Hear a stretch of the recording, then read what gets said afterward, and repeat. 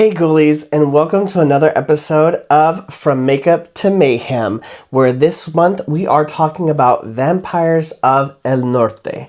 Now, for this look, I am going to be using a prosthetic, so I'm going to go ahead and get into that prosthetic first, so that way I can focus more on the makeup aspect and telling you all about Vampires of El Norte, the background, the book review, and how to survive the book if you were a character in it.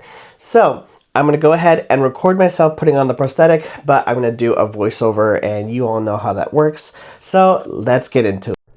Alright, before we get started, make sure to hit subscribe and turn on notifications to make sure you get all the details on all the videos that I put up on my YouTube channel. So these prosthetics that I am putting on right now are from Dyad FX. I got the ears, which, were kind of tricky to put on, not gonna lie. This is my second time ever applying special effects, and let me tell you, it is difficult, but it's so much fun to do. And if you're interested in going into prosthetics or special effects makeup, don't be scared, just dive in. It definitely is so much fun, and I just thoroughly enjoyed doing all of this. And I just love using liquid latex to kind of blend in the edges, and overall it's just so much fun to just get to do this. And I hope that you all get to try it, and that hopefully this kind of inspires you to try it. Alright, so now that I put on the prosthetic, I'm going to now start to get into the makeup and get into the lore of Vampires of El Norte. So first off, I'm going to use this Pax paint to color and give like a singular base to the prosthetic, to the face. And I'm also going to apply this barrier spray just so that way the makeup can stick to my face. So let me go ahead and spray that right now, so that way. Right.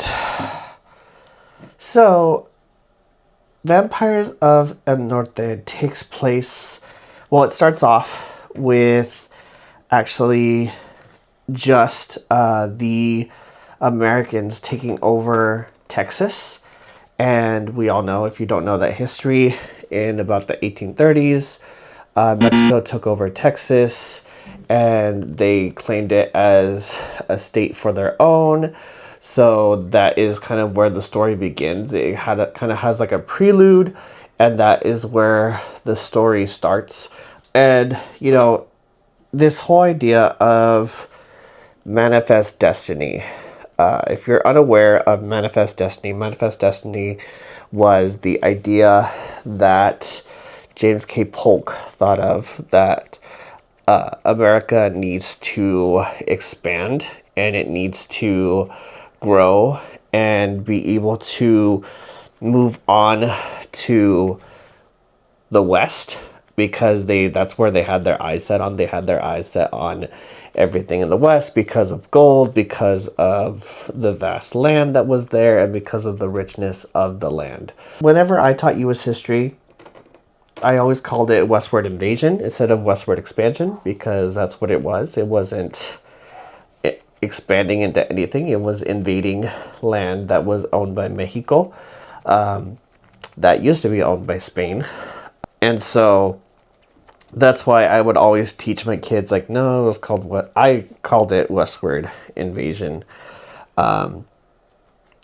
So there's that. So that's why the book starts off. And that's where I think that it's really important to understand that idea of westward invasion, because white people just be taking what they want, and they don't care about what other people think or how it's going to affect other people.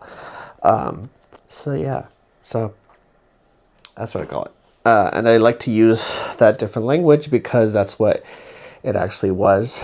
And history books like to teach from the point of view of the victor, but I like to teach from the point of view of the oppressed.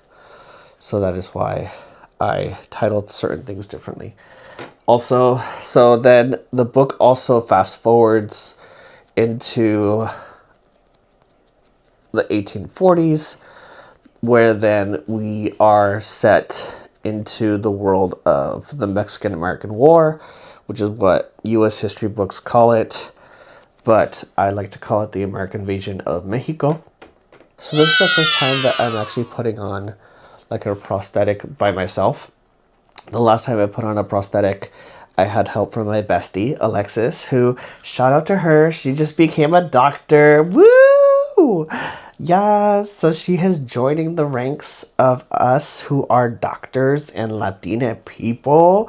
Like, if you're thinking about doing a doctorate, do it.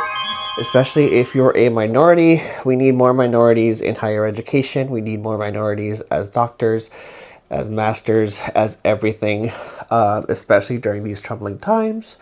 So, yes. So, I mean, so again, back to this prosthetic.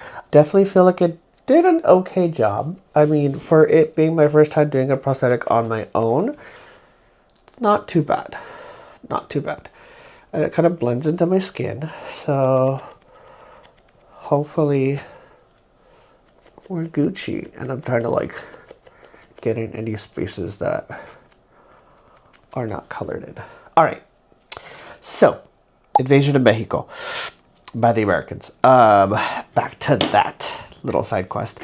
Sorry, my ADHD, that's undiagnosed, by the way, gets in the way of sometimes of my storytelling. So, I apologize for that in advance. The invasion of Mexico, the invasion of just wanting to gain territory and wanting to expand into places that they shouldn't be. Again, America is at this point where they want to be the big bad. They want to be this entity that is feared by other countries. And it's just like, again, that's just how they are. And then, so that is where the setting of the book takes place, which I think is a really interesting setting, because oftentimes we don't really see a lot of that in literature, and I feel like it just pulls me in more when a book is set in a time period and it's a period piece, because I don't know, it just adds a little something, because you're just like, oh, interesting. Like, I never thought about it that way. I never thought like you could like set a horror book in the Mexican-American War, because oftentimes it's something that's like, it only lasted for 2 years, so it didn't really have such a huge impact. I mean, it did have a huge impact, but I mean, like, not a lot of people are like, ooh, Mexican-American War, let's talk about it. So I appreciate that Isabel Cañas actually put this as her background for her book. And then what was interesting was I was reading her like afterward, and she was talking about how the conception of the book was going to be something completely different, and the story was going to be completely different, and how she was actually going to talk about the Tlahuelpuchi, which is a vampiric creature from Mexico. If you watched one of my Instagram videos, then you know a little bit more about it. It is a vampiric witch that is kind of like a curse, and so in the nighttime or around every month, they turn into these like creatures that are kind of, sometimes they're bird-like, and they feed off the blood of infants. And Isabel Cañas was going to do a story about that, but then she wanted to take a different route. And she was like, you know what? Like, I feel like this is something, it needs to be something different. It needs to be something, I need to tell a different story. So she threw out the Tlahuelpuchi, and she just went like, okay, let's talk about vampires, because she heard about different vampires. So besides the Tlahuelpuchi, there is the Chupacabra. That is another vampiric creature within Mexican lore that, again, if you've watched my Instagram video, you know about the chupacabra. It first originated in Puerto Rico, but then actually went into different parts of South America and Mexico, and then the Southwest United States. And it changed from like a lizard creature to a canine in Mexico. And so, but still it like would suck the blood from goats and just kind of like do its thing, and brought a bunch of terror to different people within the world. There is another creature that I wanted to talk about within this story, and that is El Cucuy. Now, it's interesting because in the book, Isabel Cañas actually talks about like El Cuco, which is, I've found out, another variant of El Cucuy. And so she talks about it. And it's really interesting because I'm just like, interesting. El Cucuy, El Cuco. And I actually asked my mom about this, about like, because, growing up, like, my parents would be like, El Cucuy, El Cucuy. But like, they never really told me the story of like what the El Cucuy does. And so I asked my mom, in research for this video, what does El Cucuy do? Like, what is the story behind it? And she was like, yeah, no, when I was younger, my grandmother would tell us like, you need to go to bed or El Cucuy is going to come get you and he's going to put you in a sack and he's going to take you away. And so I also asked her like, well, but then like what would happen after? And she'd be like, well, I don't know. It was just, our grandparents just told us like, don't go to bed, behave, or else El Cucuy is going to come get you. And I think that is, Isabel Cañas got some of her inspiration from El Cuco, like El Cucuy, to kind of be like, this thing of like, oh, okay, like, this is going to be kind of where I set this creature and where I set this, this whole story off of, which I find fascinating because the creatures in her book are pretty scary, not gonna lie, and we'll talk about them when I get to the book review. And it's pretty terrifying. So right now what I'm doing is I am taking in this Mehron Paradise Makeup AQ face and body makeup in the shade Storm Cloud. It's a water activated paint. And so just kind of taking that to do the base of my makeup.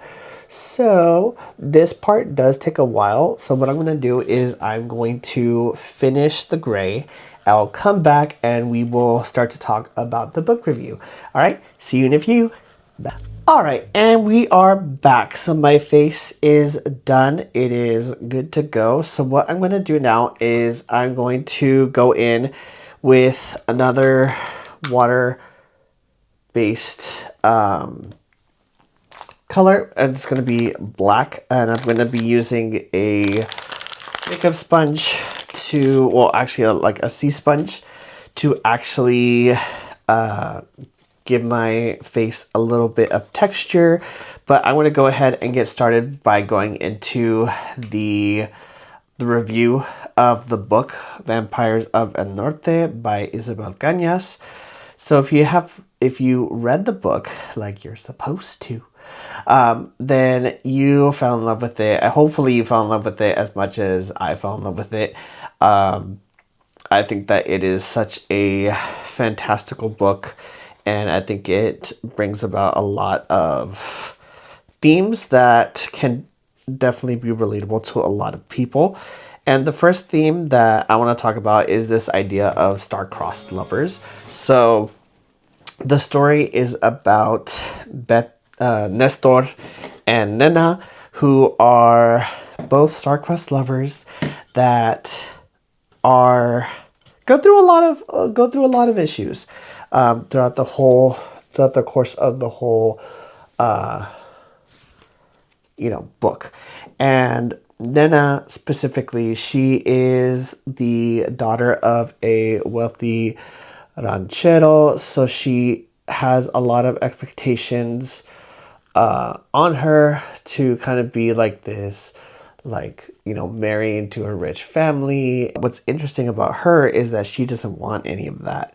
She desires freedom. She desires a lot of her own kind of personality. She wants to be a curandera because she believes that that is the best way to help people in her rancho.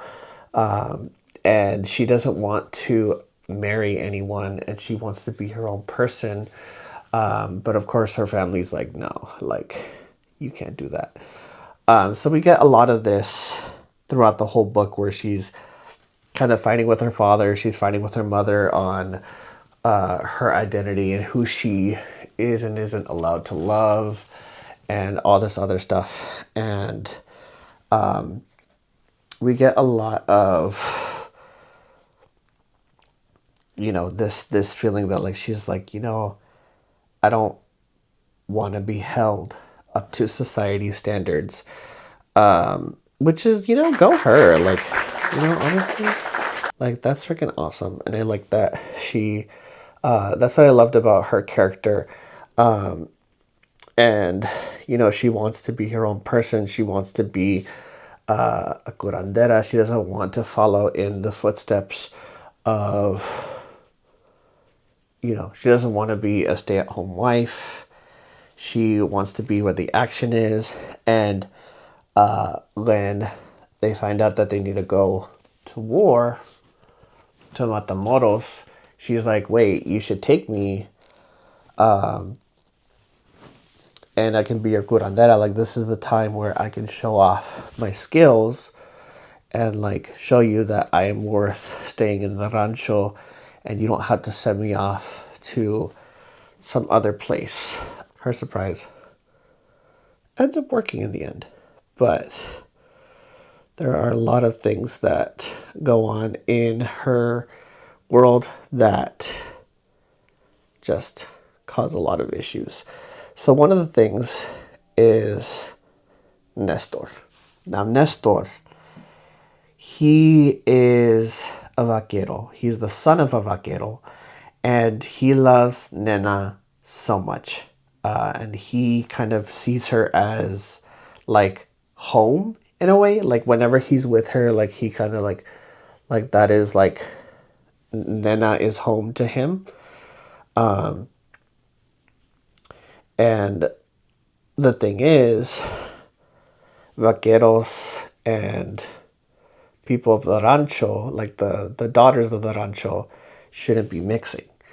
And he wants nothing more than to be with her, but he knows that he potentially will not be able to be with her, which is just, like, so sad.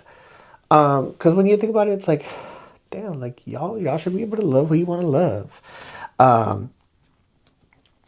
And they're just, like, constantly battling this with their folks.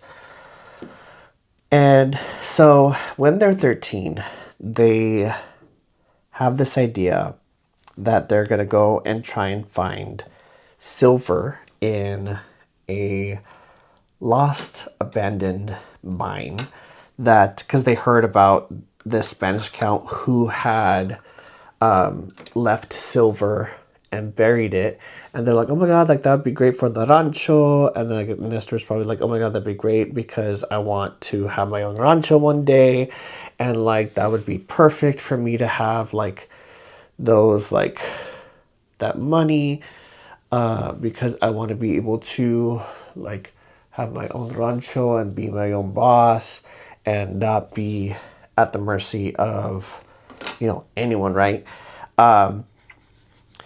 And so, of course, they go off and they meet a monster. And it bites Nena, and it starts to suck the blood out of her. And so, of course, Nestor is like, oh my god, like, what the heck? And, he tries to distract it as much as he can and tries to get it away from Nina, and he's successful. But at the end, it seems that Nina seems to be dead. And so he takes Nina back to the rancho. You know, Nana's mom is like, oh my God, like my daughter is dead. And so Nestor runs away,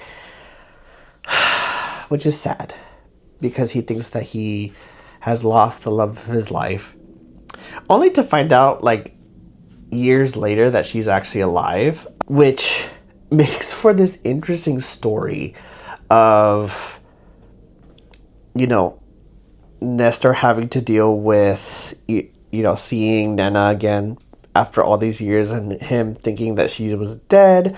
And then Nana is like, bruh, like you left me. Like I thought we were going to be booed up together for like ever. And then so that creates so much tension within them throughout the entire story that I think is just so brilliant as an author. Like to create that tension, to create that like star-crossed lover story where at first you're like, oh my God, they're so cute, and then they're like, oh my God, like she did, and then later on you read and you're like, wait, she's actually alive, like oh my gosh. And so, you know, I think that theme of like it's always interesting to see the theme of like, you know, forbidden lovers and things like that, and like they're so cute, and then like the relationship that they build with each other is just so funny because they fight along the way, and then ultimately it leads to them, you know, making love, which of course her father is probably like no, like I don't want that for my daughter. And so we have that, and that's like one of the first themes, this idea of forbidden love and a love that you thought was lost and how important that is. So before I get into the next theme, what I'm going to show you is I'm going to be using this palette by Glamlight. It's the Camp Crystal Lake palette, Friday the 13th Camp Crystal Lake palette by Glamlight. Did I say that? I probably said that twice. So it has a lot of great shades. I want to go ahead and use some of the reds to kind of go into this like drag look. If you've ever seen my vampy looks, I've always used red, so I'm going to use red in this case to kind of use. Another theme that is prevalent throughout this entire story is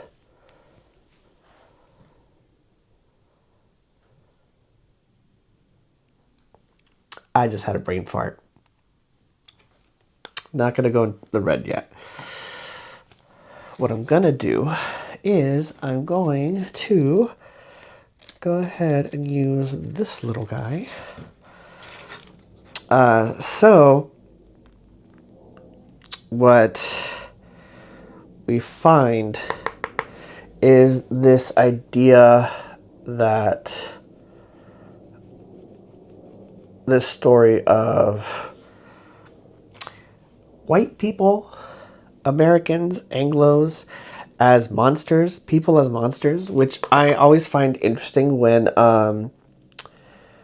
whenever novels or stories do this kind of take of like people are actually the monsters, and I think that is always a really interesting route to go in terms of storytelling, because yeah, I mean, people do some really messed up things, right? Like I think we as society, we're seeing a lot of that now, right?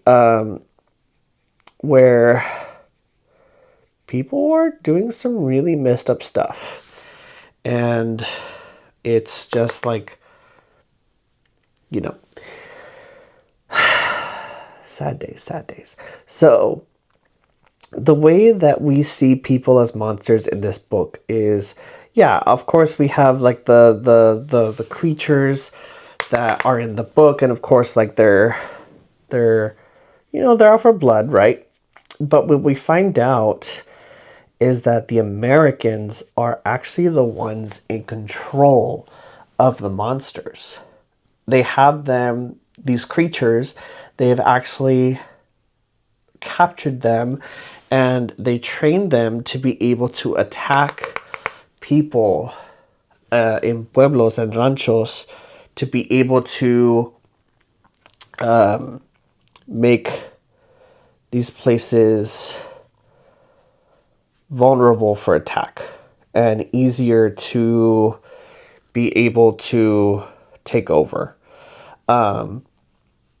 Which I'm just like, when you find this out, you're like, bruh, no wonder. Like, because with anything in nature, I feel like any creature out there will always be scared of anything, unless it's like a major predator. But then again, you also have to understand that like creatures are creatures, and like for the most part, if you leave creatures alone, they'll leave you alone. They won't attack unless provoked, right? And I feel like that was what happened here, is that these creatures were innocent, and because they were captured by Americans and then kind of tortured to then attack people, that's how we kind of get this whole story of them being evil. And so, at the end of the day, the white people are the evil ones in the story, the Americans, because and Isabel Cañas does an amazing job at portraying and setting up this narrative, because in like the first couple of chapters, when she has Nena talking, she has Nena describe white men that come to her house as like, because she's like, oh yeah, like they came to my house and they wore like these big brimmed hats, and they were sunburned, and they were this, and they looked really scary, so they resembled El Cuco. And so she's like, so she compares white men to El Cucuy or El Cuco. And so from there, we kind of get this setup of like, maybe white people are the enemy in this story, right? And we get that, and we am outlining the little cracks in here. So that's what I'm currently doing, is kind of creating the definition of the prosthetic and kind of bringing out all the shadows and stuff. But yeah, so we get this picture of whiteness as El Cuco, and so we do that. And then there's another instance when they're kind of meeting to talk about the white people coming in and taking over. One of the men describes how the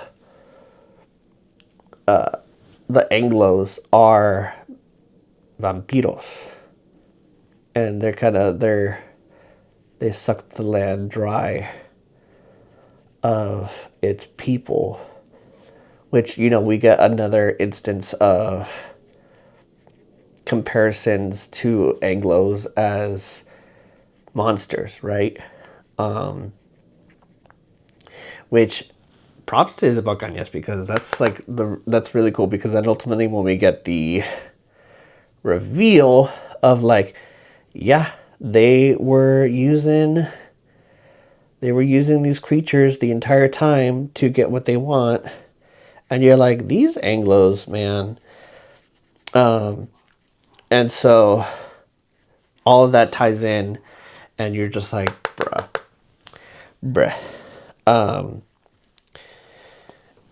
you just get angry because again, during this time, it was an invasion, right? They were invading parts of Mexico to take as their own for the United States.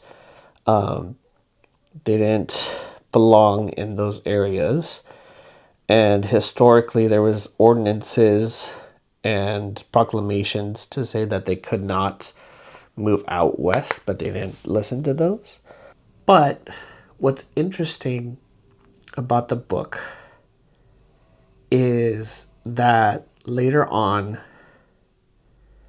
we get Nena, who, she definitely was bitten by the creature, right? But this causes her to have a sort of connection with the creature, which is interesting. And so she's able to have, like, share thoughts with the creature and be able to communicate, which is, like, really cool, to be honest. The fact that she's able to communicate with them, able to, like, create a bond in a way, which to the detriment of the white people, she's able to communicate and tell them, like, hey, we're not going to harm you. Like, we're just as, like, a victim as much as you are. And then she's able to get them to go away when they attack her pueblo or her rancho, which I just think is so awesome. The fact that she was able to do that, which kind of ties into this, like, whole thing of, like, connection to nature, right? She's a curandera, and curanderos, curanderas, curanderes, they have a connection to nature. They have this connection to the spirit world and just this ability to understand the natural world and be able to use and appreciate the things that the natural world gives us to be able to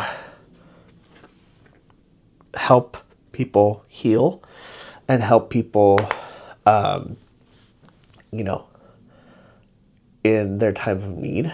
And I think that it's really powerful that Nena was able to, she was so into curandismo and, like, into this idea of being able to help in this way, because she ends up being so connected with nature. The fact that, because she was bitten, she has this, like, bond with the creatures, that she's able to, even though, like, yes, the creatures did, like, attack them and do things, like, they were doing so because, they were forced to, but just the fact that she was able to, at the end, have this connection and be like, hey, like, we're not the enemy, like, they're the enemy, like, that in and of itself is really powerful. Because again, like, I think, like, because of the introduction of Western European cultures, like, a lot of us lost our ability to be connected with nature. And I think it's really cool that in this book we kind of get that, like, the reason as to why it's so important to be connected with nature and to be connected, like, to our roots, and why it's important to have those things. So what I'm going to do now is I'm going to finish shading. I'm going to fast forward, and this part's going to be fast forwarded, so that way I can get to the parts where I have to do my eyes, because I think that's going to be, like, the last thing I do. And then I'm going to go into how ultimately you can survive this book.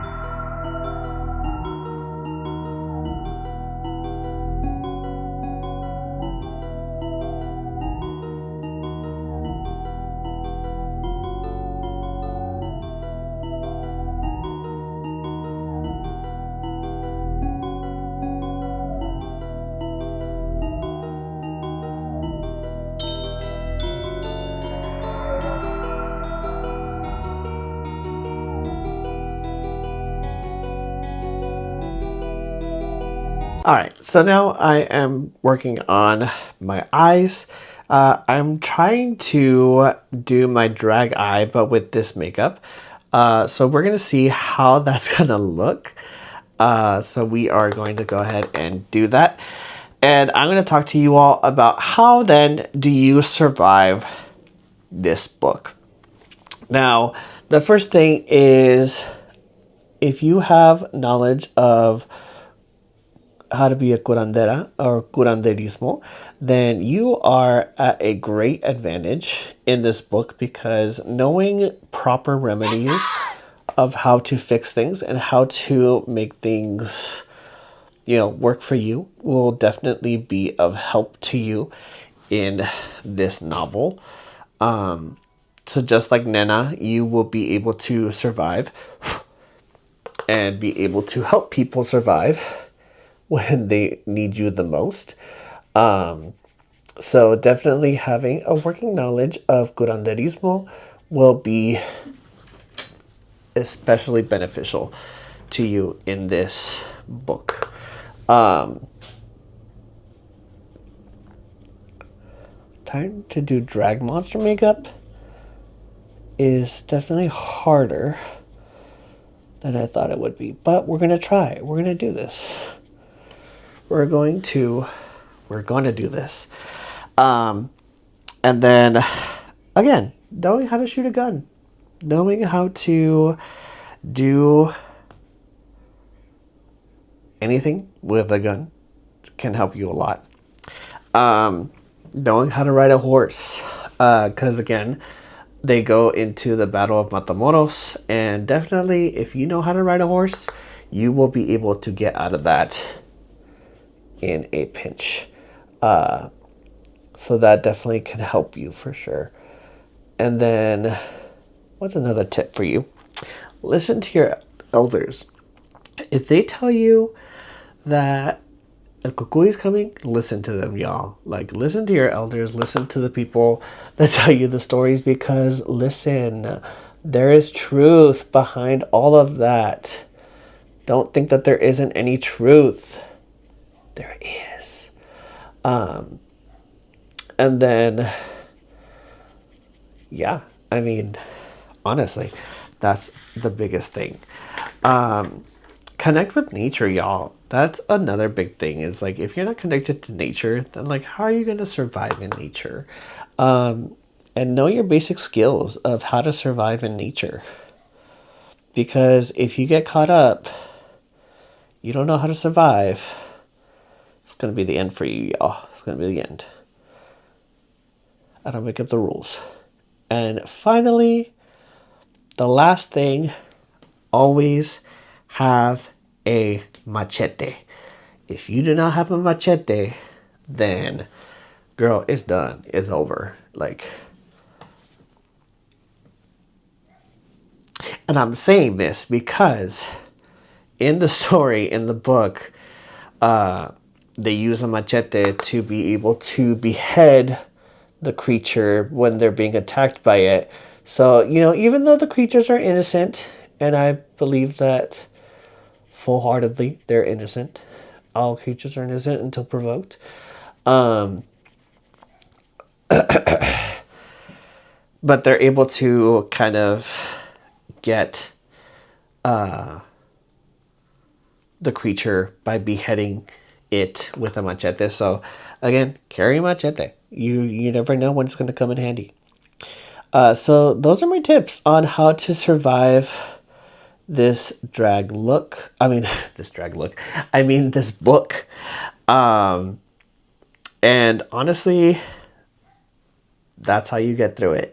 I love this book so much. I think that it was such a great novel to read. If you haven't read it, I highly recommend reading it. And honestly, it's just amazing. So with that being said, I'm going to go ahead and finish this look and come back and show you all, because I definitely want to show you all of this goodness. So I will be back in just a few to show you what this goes. And this is the finished look. So here it is, y'all. Here's my vampire look for Vampires of El Norte. I hope you enjoyed this review. If you did, go ahead and tell me in the comments what books you would like me to review next. And let me know what other things you would like to see from my YouTube channel. Until then, stay spooky.